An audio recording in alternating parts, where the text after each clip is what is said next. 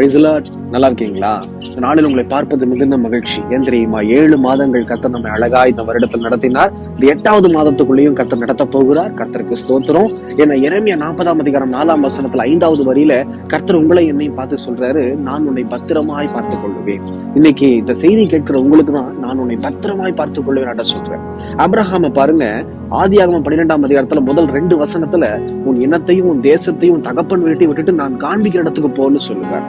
அப்படி எல்லா இனஜன பந்துகளையும் விட்டுட்டு போன்னு சொல்லுகிற தேவன் எப்படி பத்திரமாய் பாதுகாத்தார் தெரியுமா? ஆதியாகமம் 20ஆம் அதிகாரத்தை முழுசா தியானிச்சு பாருங்க. அங்க அபிமெலேக்குன்ற ஒரு ராஜா இதோ ஆபிரகாமுடைய மனைவியாக சாராள் மீது கை வைக்கும் போது இதோ தேவன் அந்த இரவிலேயே தோன்றி சாராள் மேல உன் கை படக்கூடாது, ஏன்னா நீ சாகவே சாவாய் அப்படின்னு சொல்லி ஆபிரகாமுடைய மனைவின்னு சொல்லி எச்சரிப்பு கொடுத்திருப்பார்.